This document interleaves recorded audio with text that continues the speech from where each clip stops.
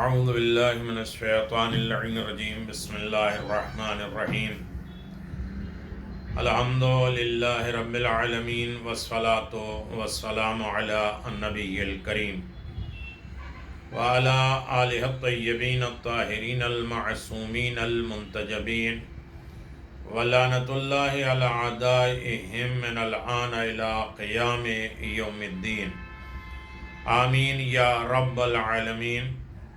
اما بعد فقد قال اللہ تبارک و تعالی فی قرآن مجید بسم اللہ الرحمن الرحیم ان اللہ اصطفى وزادہ بسطة فی العلم والجسم صدق اللہ العلی العظیم وصدق رسولہ النبی الکریم. سامعین محترم، ناظرین گرامی قدر، حیات جناب ابوالفضل عباس علیہ السلام پہ گفتگو جاری اور ساری ہے.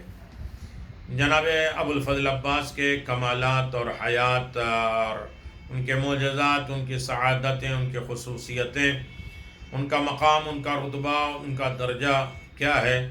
ہم لوگ کربلا 9 محرم تک پہنچ چکے تھے. اس سے آگے کی گفتگو آپ سماعت فرمائیں. 47 ہماری یہ گفتگو ہے حیات جناب ابوالفضل عباس پر. بات یہاں تک کہ یزیدی روباہوں کا جنگ کی پہل کے لیے آنا، یزیدی لومڑیوں کا، چلاکوں کا جنگ کے لیے آگے بڑھنا اور تیر و تلوار چلانا.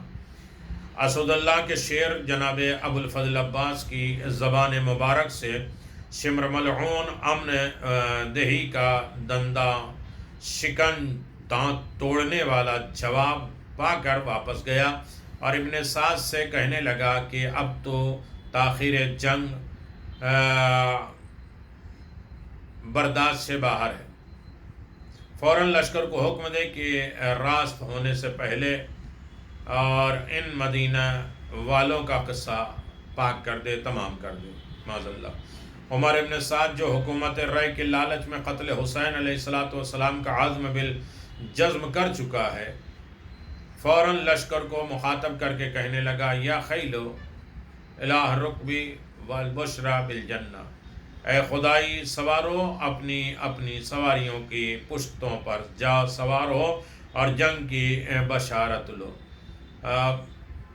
یہ سننا تھا کہ لشکر تیار ہو گئے اور بعد عصر قتل امام حسین علیہ السلام کے لیے چل کھڑے ہوئے. حضرت امام حسین علیہ السلام کا خواب یہاں تک کہ خیام حسین کے قریب جا پہنچے. دشمن اور امام حسین علیہ السلام سر اقدس اپنے گھٹنوں پر رکھے ہوئے تھوڑی سی غنودگی طاری ہو گئی. جناب زینب سلام اللہ علیہا نے گھوڑے کی ٹاپوں کی آوازیں سنی اور دل دہل گیا اور بھائی کی خدمت میں آئی اور عرض کیا کہ یا اخی اما تسمع هذا الاصوات. اللہ بھائی، آپ یہ لشکر کا شور و غل نہیں سن رہے ہیں؟ ارے دشمن آ پہنچے.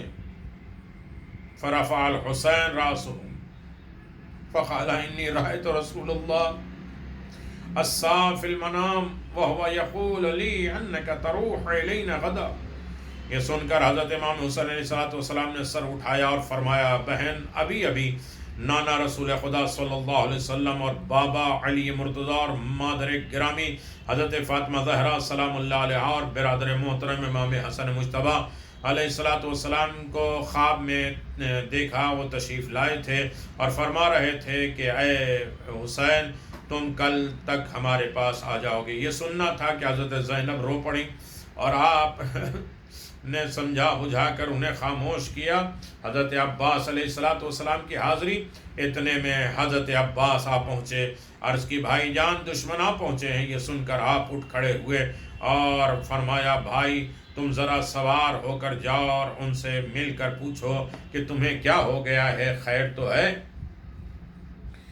کیوں آئے ہو؟ حضرت عباس علیہ السلام 20 بہادروں کو لیے ہوئے، جن میں زہیر، قین، حبیب بن مظاہر بھی تھے، جا پہنچے اور ان سے پوچھا کیا بات ہے، کیا ارادہ رکھتے ہو؟ ان لوگوں نے کہا ابھی حکم امیر آیا ہے کہ ہم تمہارے سامنے یہ بات پیش کریں کہ تم اس کے حکم پر اتر آؤ یا پھر لڑو. حضرت عباس نے فرمایا جلدی نہ کرو، میں حضرت کی خدمت میں جاتا ہوں اور تمہارا مقصد واضح کرتا ہوں۔ انہوں نے کہا ہاں جاؤ اور انہیں بتا دو، پھر جو وہ کہیں اس سے ہمیں باخبر کرو۔ حضرت عباس علیہ السلام پلٹ کر چلے تاکہ حضرت کو واقعے کی اطلاع دیں۔ ان کے ساتھی واعظ و نصیحت میں لگ گئے اور امام حسین علیہ السلام سے لڑنے سے روکنے اور باز رکھنے پر زور دیتے رہے، اور حضرت عباس علیہ السلام نے حضرت امام حسین علیہ السلام کی خدمت میں حاضر ہو کر ان کے قول کی ترجمانی فرما دی ہے۔ حضرت عباس علیہ السلام تو پیغام رسانی کے لیے واپس تشریف لائے، لیکن زہیرقین اور حبیب بن مظاہر وغیرہ ان لوگوں کو روکے رہنے کے لیے وہیں بھیڑے رہے، اور ان دینداروں نے سوچا کہ ان لوگوں کو نصیحت کرنی چاہیے تاکہ کچھ فائدہ بخش ہو۔ اسی بنا پر تادیر واعظ و نصیحت کرتے رہے۔ بقول ابن خلدون حضرت امام حسین علیہ السلام نے فرمایا چلو ہم تم مل کر چلیں اور ان سے پوچھیں کہ تم کیوں آئے ہو۔ حضرت عباس نے عرض کیا بل نروح انا، مولا میں تنہا جاؤں، آپ زحمت نہ فرمائیں۔ کبریت احمر۔ امام حسین علیہ السلام سے فرمایا یا عباس ارکب بنفسی انتا، اے عباس میری جان تم پر فدا ہو جائے۔ حسین جناب عباس سے کہہ رہے ہیں کہ میری جان آپ کے اوپر فدا ہو جائے، ذرا جا کر پتہ تو لگاؤ کہ یہ کیوں آئے ہیں۔ تاریخ جلد نمبر 6۔ حضرت عباس علیہ السلام کو حضرت امام حسین علیہ السلام کا حکم کہ ایک شب کے لیے لڑائی روک دو، ایک شب کی مہلت مانگ لو۔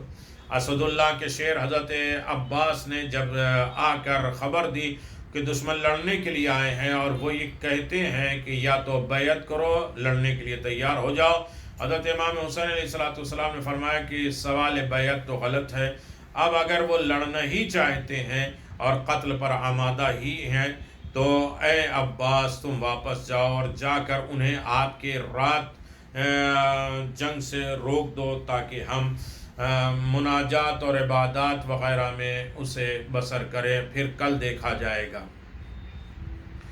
اے عباس واپس جاؤ، اگر ہو سکے تو لڑائی کل تک کے لیے ٹال دو، روک دو، ان لوگوں کو آج کی شب ہم سے دور کر دو تاکہ ہم آج کی رات نمازیں پڑھیں اور دعا اور استغفار کر لیں۔ اللہ تعالیٰ بہتر جانتا ہے کہ میں نماز اور تلاوت قرآن مجید اور کثرت دعا اور استغفار کو کس قدر دوست رکھتا ہوں۔ اللہ اکبر۔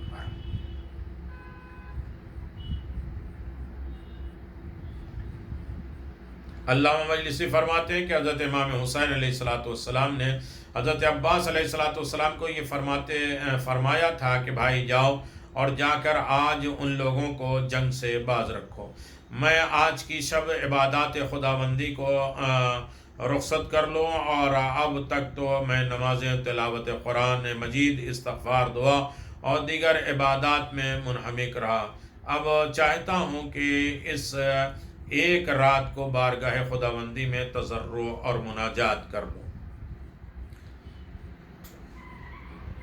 حکم امام علیہ السلام پاتے ہی حضرت عباس علیہ السلام واپس تشریف لے گئے اور ان لوگوں سے کہا کہ حضرت فرماتے ہیں کہ آج جنگ نہ کرو، کل تمہارا جو جی چاہے کر لینا۔ عمر سعد نے شمر سے کہا تیری کیا رائے ہے، کیا کرنا چاہیے؟ مناسب معلوم ہوتا ہے کہ ان لوگوں کو کل تک کی مہلت دے دی جائے۔ شمر نے کہا اگر زمام امارت میرے ہاتھ میں ہوتی تو میں انہیں پل بھر کے لیے بھی نہ چھوڑتا، اب جبکہ زمام جنگ تیرے ہاتھ میں ہے تو مجھ سے کیا پوچھتا ہے؟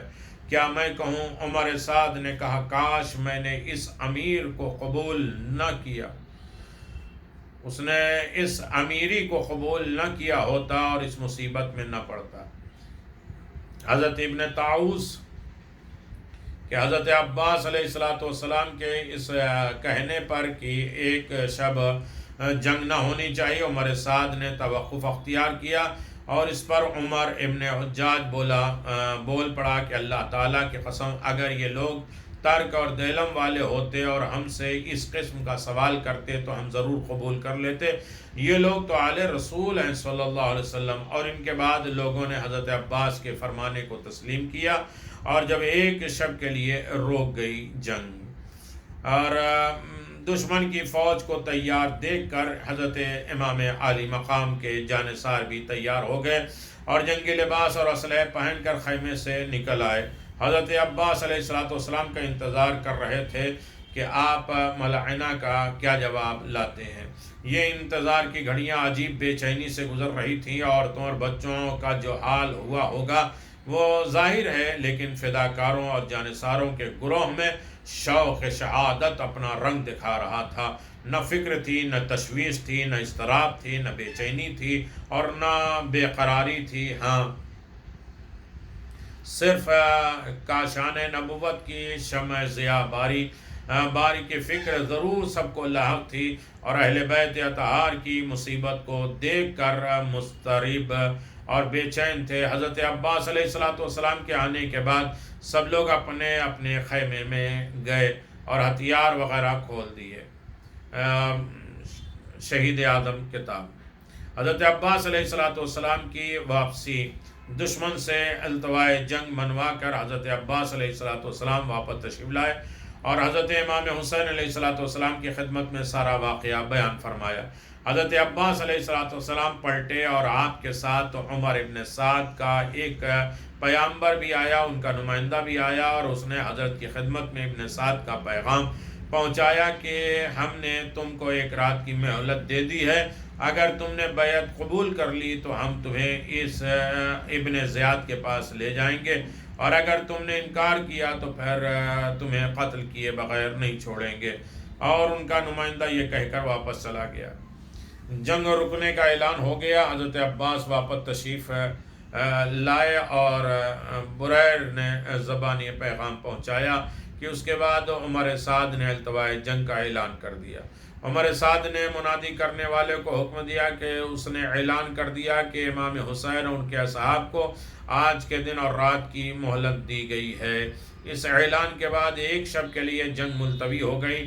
علامہ ابو الفضل محمد احسان لکھتے ہیں کہ 9 محرم کی لڑائی حسین کی درخواست پر ملتوی ہوئی۔ ملاحظہ ہو تاریخ اسلام۔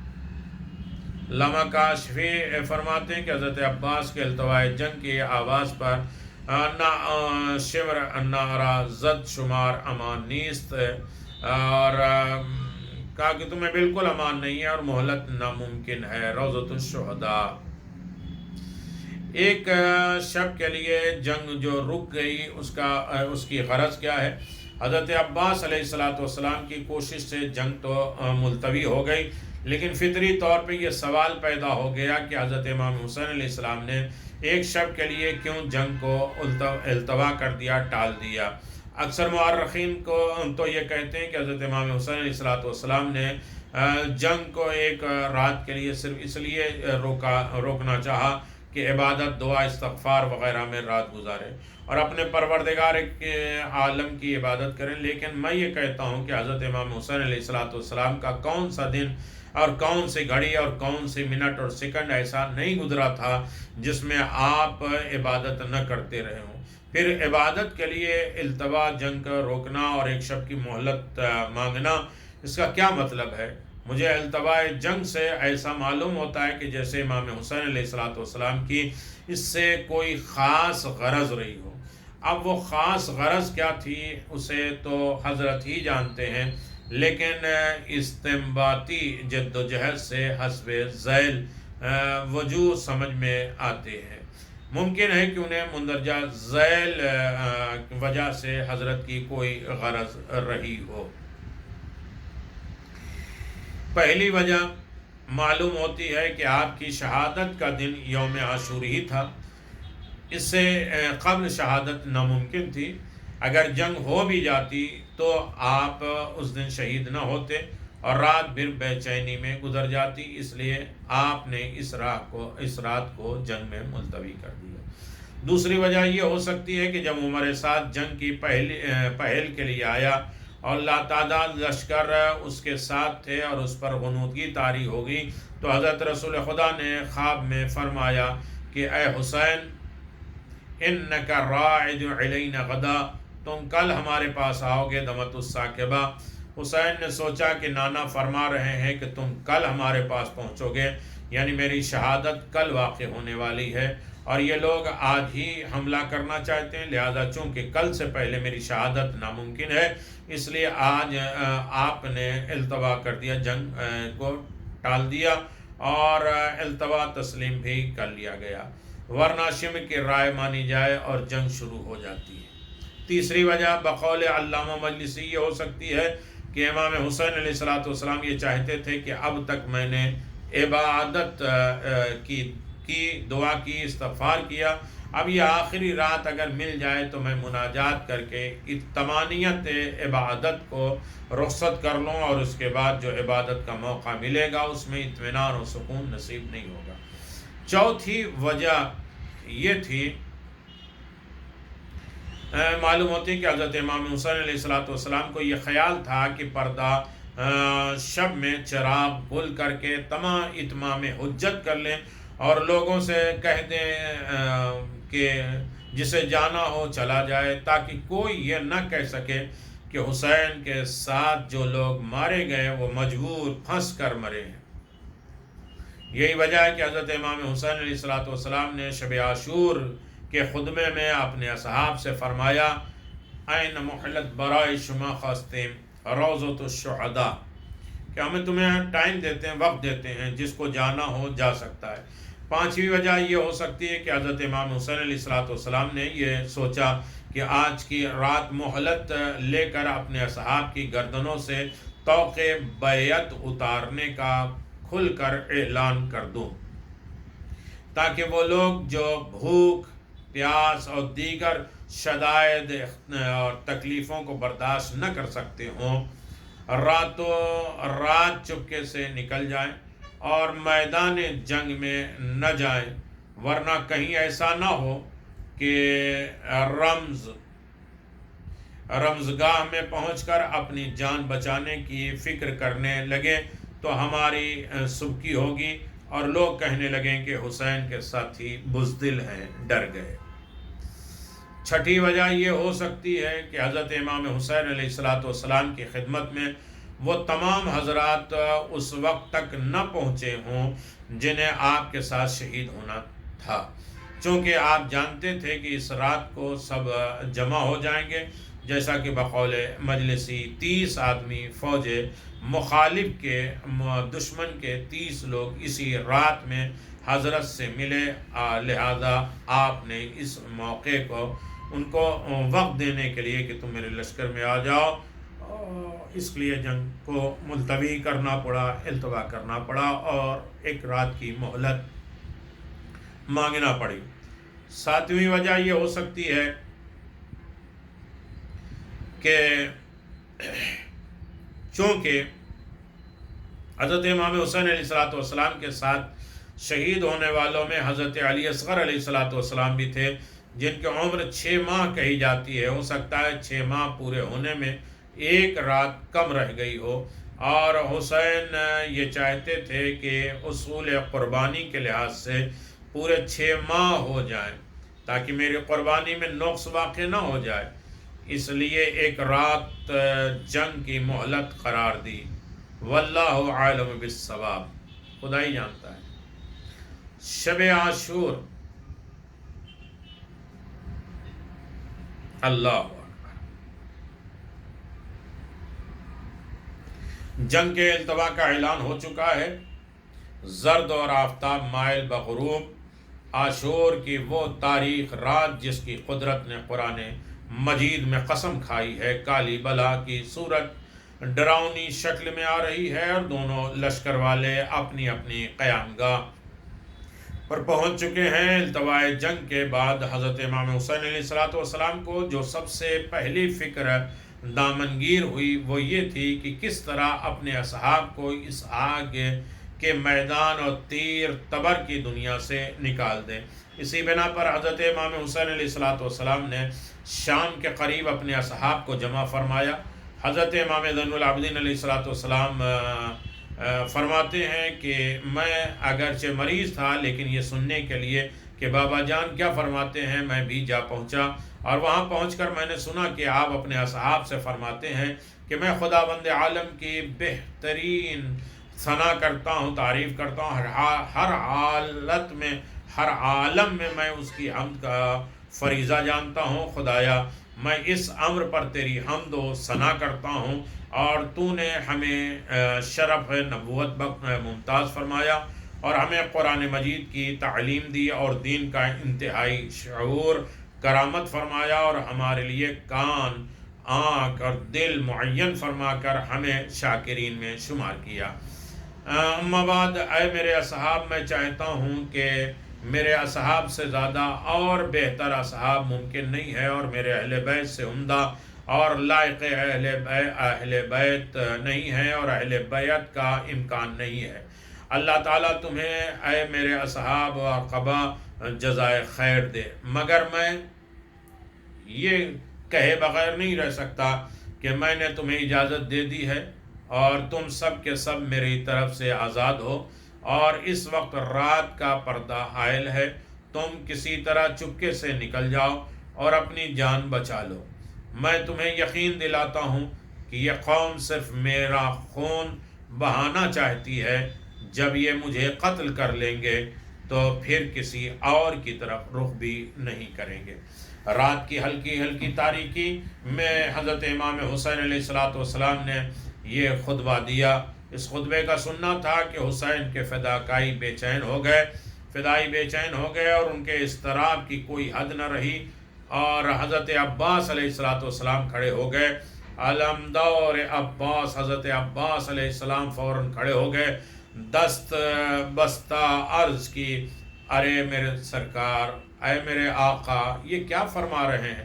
ثم نفعل ذلك لنبقى بعدك لا ارانا اللہ ذلك ابدا۔ یہ تو ہو ہی نہیں سکتا کہ ہم آپ کے بعد زندہ رہیں، اللہ تعالیٰ یہ دن ہمیں کبھی نہ دکھائے۔ تاریخ ابن وردی علامہ شریف شیروانی نے لکھا ہے کہ فقال اخو العباس لم نفعل ذلك لنبقي بعدك۔ حضرت عباس نے عرض کیا، یہ تو کبھی نہیں ہو سکتا کہ ہم آپ کے بعد زندہ رہیں۔ کتاب الصف، جلال العیون۔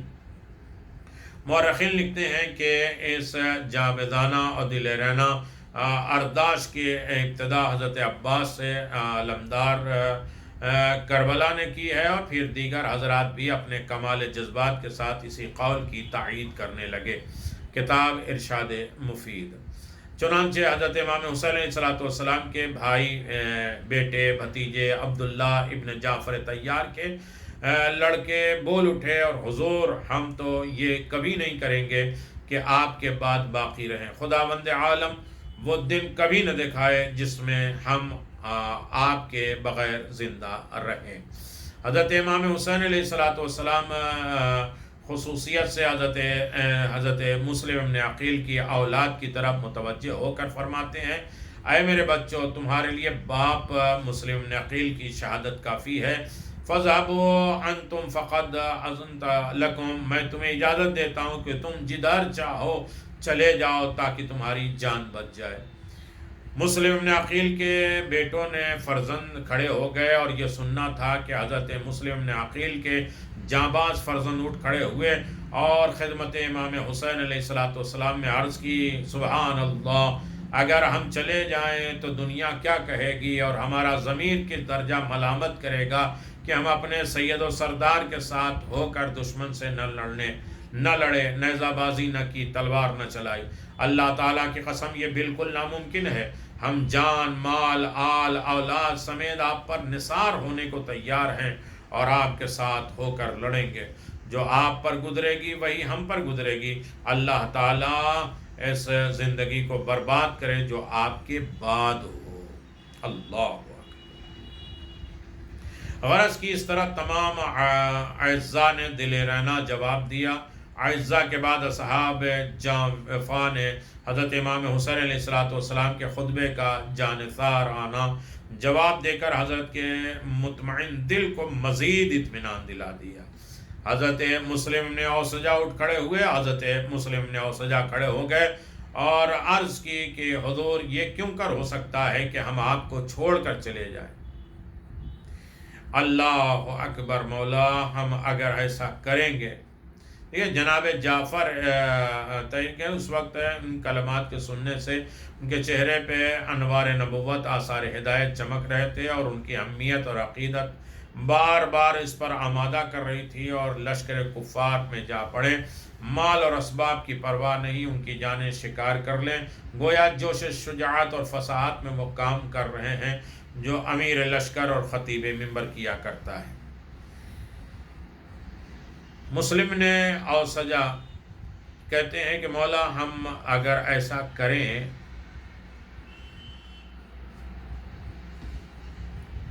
اللہ تعالیٰ کو کیا جواب دیں گے؟ خدا کی قسم ایسا کبھی نہیں ہو سکتا کہ میں تو اس وقت تک انتظار کروں جب کہ میں دشمنوں کے سینے پہ اپنا نیزہ چبھوں گا اور ان کی گردنیں ماروں گا، اور اگر میرے پاس جنگ کے اسلحے نہ رہے تو پتھر سے دل کا بخار نکالوں گا۔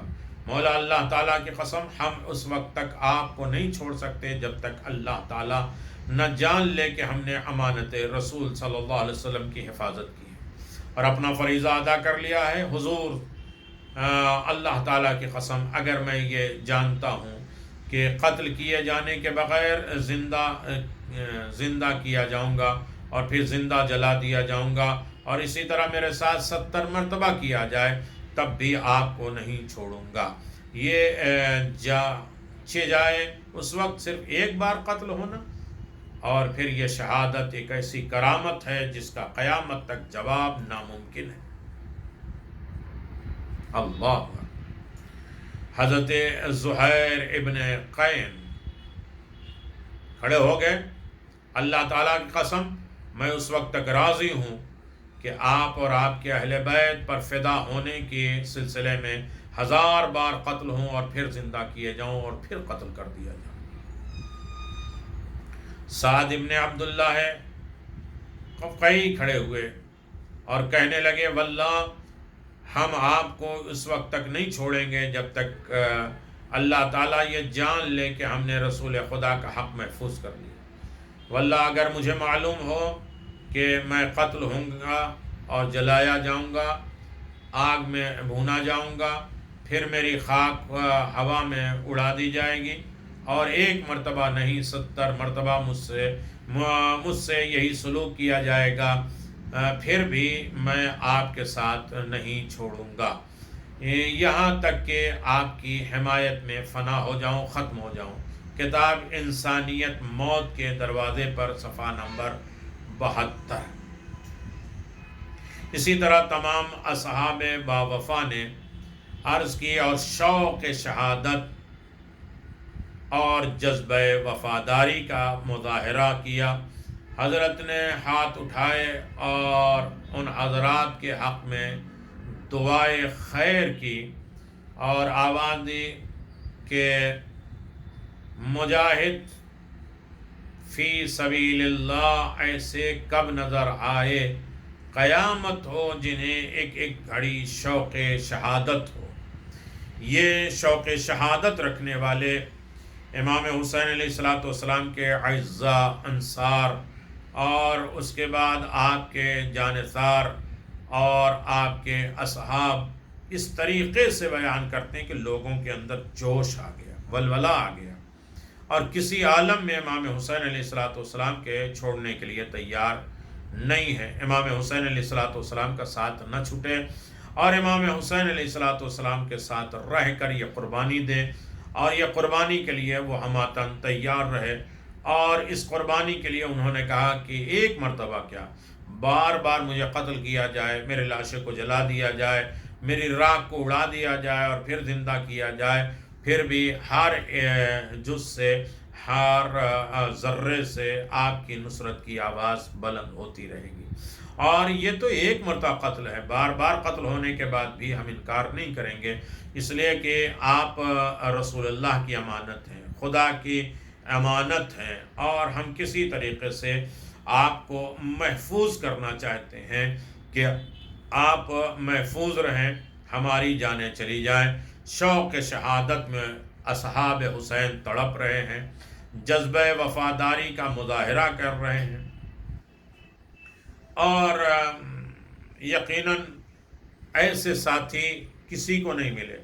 اور اس پر امام حسین علیہ الصلوۃ والسلام نے فخر بھی کیا کہ جیسے ساتھی، جیسے جانباز اور جیسے چاہنے والے ہمیں ملے ہیں، نہ نانا کو ملے، نہ بابا کو ملے، نہ میرے بھائی کو ملے، اور یقیناً اس دور کے اصحاب اور دور حسین کے اصحاب کو آپ سامنے رکھیں تو فیصلہ خود کریں گے کہ اصحاب حسین سب سے آگے ہیں۔